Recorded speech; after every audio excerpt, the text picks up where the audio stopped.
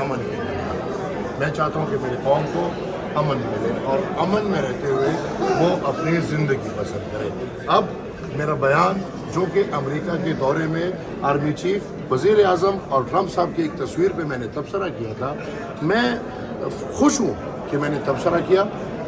پارلیمان کے اندر الحمدللہ وہ آواز بنا جو میں سمجھتا ہوں کہ پورے قوم کا ایک آواز تھا, لیکن کوئی اور یہ آواز بن نہیں پاتا.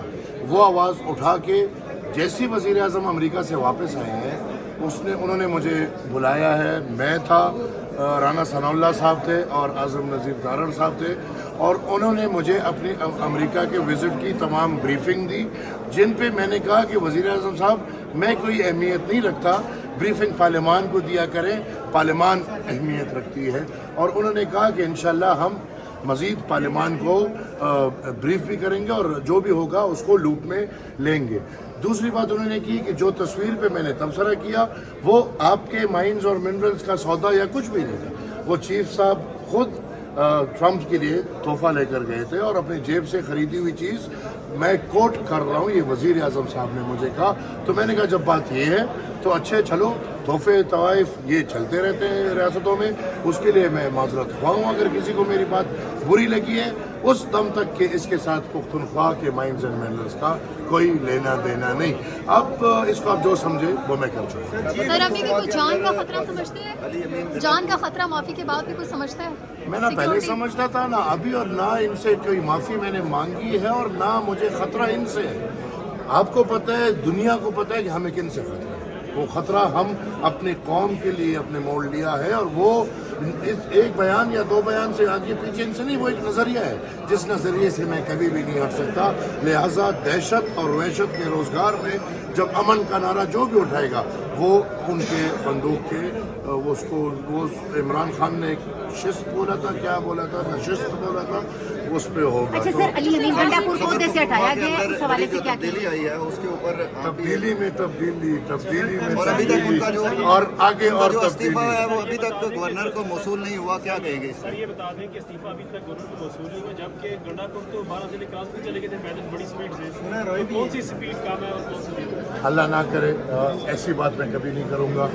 ایک مرد کے لیے اس طرح کی بات میں کبھی نہیں کروں گا. بلکہ میں تو سمجھ رہا ہوں کہ کل سے جو میں دیکھ رہا ہوں تو میری ہمدردی بن رہی ہے علی امین گنڈا پور کے ساتھ.